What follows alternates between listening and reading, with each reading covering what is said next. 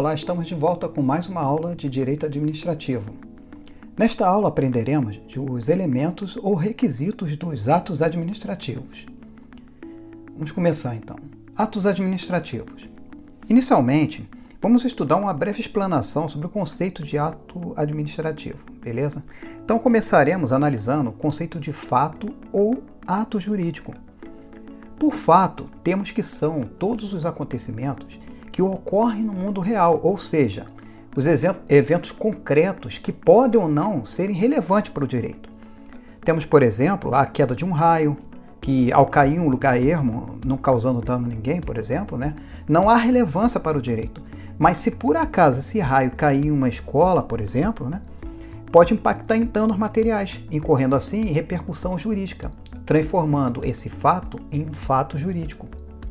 Assim, para que o fato seja visto como fato jurídico, ou seja, com efeito legal, basta que produza efeitos no mundo jurídico, que pode ser extintivos, constitutivos ou declaratórios de direitos ou obrigações. Nesta primeira hipótese, que vimos tratar de fato, observamos que o acontecimento foi decorrente da natureza. Contudo, pode haver acontecimentos que possuem intervenção humana, como por exemplo um contrato de compra e venda. Assim, estaremos aqui diante de um ato humano com efeitos jurídicos, que a gente chama na doutrina de ato jurídico. Há muito que se falar, de fato ou ato jurídico, mas não é o nosso foco aqui no curso, pois esse assunto ele é mais pertinente numa aula de direito civil, beleza? Mas diante do que vimos até aqui, podemos concluir que o ato administrativo é um ato jurídico decorrente da ação da administração pública vinculado às previsões legais no ordenamento jurídico. Antes de avançarmos, cabe também acrescentar uma distinção importante na doutrina. Vamos ver aqui no próximo tópico. Fato da administração e fato administrativo. Fato administrativo, é aquele fato jurídico que produz efeitos no direito administrativo, enquanto o fato da administração é o fato que não produz efeito jurídico no direito administrativo. Vejamos exemplos aqui apresentados por Sionil Borges Adriel Sá. Ele exemplifica da seguinte forma: a morte do servidor, um servidor público, tem repercussão jurídica, sendo por isso fato administrativo. Agora, se o servidor cai da escada do órgão público e rapidamente se levanta sem qualquer consequência jurídica, por ocorrer dentro da administração, dá-se o fato da administração. Então, diante desta conceituação rápida de ato administrativo, podemos prosseguir agora para o principal assunto da aula, que é o quê? Que são os elementos ou requisitos dos atos administrativos, beleza? Agora a gente vai entrar no foco mesmo da aula. A doutrina, ela diverge quanto à nomenclatura mais indicada, elementos ou requisitos do ato administrativo. Parte da doutrina entende que por elementos teria relação com a existência do ato, como o agente, a forma e o objeto. E requisitos seriam elementos com certas características que produziriam efeito jurídico, ou seja, um agente capaz, um objeto lícito ou uma forma prescrita ou não defesa em lei. Entretanto, a doutrina majoritária entende que elementos e requisitos são sinônimos. Então, a gente não precisa se preocupar com isso, que é isso que predomina na doutrina. Com esta apresentação introdutória, vamos ver agora o primeiro elemento do ato administrativo. Beleza? Vamos ver. A competência ou sujeito. A competência é o poder que o agente da administração possui e que lhe confere legitimidade para exercer suas atribuições. Este é um elemento do ato administrativo que sempre está vinculado a ele, Entre as características da competência, nós temos a irrenunciabilidade, ele é sempre decorrente de lei, é intransferível, ou seja, inderrogável, é improrrogável, é imprescritível, ou seja, incaducável, e é delegável ou avocável, desde que não seja de competência exclusiva. Aí, no caso, tu não pode delegar, nesse caso, beleza? Quanto aos vícios da competência, podemos verificar o seguinte. Primeiro, se houver excesso de poder, ou seja, quando o agente administrativo extrapolar os limites de suas atribuições legais, haverá a possibilidade de convalidação em regra, beleza? Pois se o ato for por agente incompetente, em razão da matéria, por competência exclusiva, essa convalidação ela vai ser impossível, não vai poder fazer.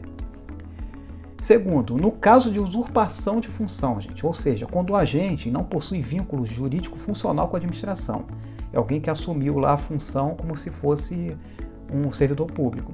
Aqui vai se caracterizar um crime na forma do 328 do Código Penal. E o ato será considerado, gente, inexistente, não se aplicando aqui a teoria da aparência, que rapidamente aqui explicando nesse caso os atos dele vão ser válidos para todos os fins jurídicos. Não vai valer porque ele não é um agente público. Na colocação do dia a dia, 171, que as pessoas chamam, né? Terceiro, em relação à função de fato, ou seja, se o agente considerado investido no cargo, emprego ou função, mas havendo ilegalidade, somente ilegalidade, gente, no procedimento da investidura, ele não assumiu, igual no primeiro caso lá, somente o processo de investidura desse servidor foi ilegal, em regra, o ato será considerado válido, incorrendo em responsabilidade civil do Estado, pois aqui aplicaria o quê? A teoria da aparência, ou seja, o Estado que errou no procedimento, mas não foi um ato criminoso, né, do agente. Então, nesse caso, aqui aplica-se a teoria da aparência, ou seja, a gente não tem como adivinhar se aquela pessoa ali está legitimada mesmo a exercer aquele cargo, né? Desde que não seja crime, como a gente viu no caso anterior, beleza? O próximo requisito aqui, o objeto. Alguns autores também, gente, denominam objeto de conteúdo do ato administrativo. O objeto ou conteúdo, né, é o efeito direto que o ato administrativo produz. O que interessa aqui é verificar a produção de efeitos jurídicos, pois o ato administrativo é um ato jurídico vinculado à lei, ensejando na necessidade de quê? De ter um objeto lícito, possível, certo e moral. Quanto ao vício do objeto do ato administrativo, nós temos o seguinte, os vícios. O objeto ele pode ser impossível, ele pode ser vedado por lei, não ter previsão legal ou ser um objeto diverso do que está previsto em lei. O próximo requisito do ato administrativo é a forma. A forma é um elemento que possibilita a evidenciação do ato administrativo no mundo exterior. Pela doutrina tradicional, a forma é vinculada ao ato administrativo, mas parte da doutrina mais moderna entende que há discricionariedade na forma, quando a lei não exigir forma determinada. Pois os atos administrativos, gente, em regra, devem ser atos escritos, mas determinados atos não possuem a forma escrita, como, por exemplo, uma placa de trânsito. Quanto ao vício na forma do ato administrativo, em regra, não há possibilidade de convalidação, desde que a forma se constitua elemento essencial à validade do ato. O próximo requisito é a finalidade. A finalidade é o resultado que se almeja alcançar na prática do ato administrativo. Vimos, gente, que o objeto tem um efeito direto, imediato. Já a finalidade, o seu efeito é imediato, ou seja, indireto. A finalidade ela tem dois sentidos diferentes. No sentido amplo, corresponde à busca do interesse público, conhecida como finalidade pública, onde há uma satisfação do interesse público, ou seja, uma finalidade geral e imediata. Em sentido restrito, temos o resultado específico que cada ato produz na forma da lei, onde temos a finalidade do ato administrativo, ou seja, uma finalidade explícita ou implícita da lei. Cabe registrar aqui, gente, que este elemento administrativo também é sempre vinculado ao ato. Quanto ao vício na finalidade do ato administrativo, havendo um desvio de finalidade do administrador, não haverá possibilidade de convalidação e o ato será considerado nulo. Próximo requisito, motivo. Devemos aqui verificar o motivo em duas vertentes. Um pressuposto de direito, porque o motivo possui o dispositivo legal que serve de referência quanto ao ato, e um pressuposto de fato, que é o que? O conjunto de circunstâncias, de acontecimentos e de situações que resultam no ato da administração. Maria Silva Zanella de Pietro expressa a seguinte conclusão. O motivo é o pressuposto de fato e de direito que serve de fundamento ao fato administrativo. Uma observação importante é quanto à diferença entre motivo e motivação. Por motivação, nós temos que a exposição dos motivos pelo qual o administrador público decidiu sobre determinado ato administrativo, ou seja, é a demonstração por escrito dos pressupostos de fato que ocorreram na realidade. Agora, quanto ao vício do motivo, nós podemos observar que, por ser o motivo um ato vinculado quando a lei que estabelece, né, ele está fadado ao quê? À nulidade. Então, gente, a gente chega ao final de mais uma aula de Direito Administrativo, onde estudamos nessa aula os elementos ou requisitos do ato administrativo.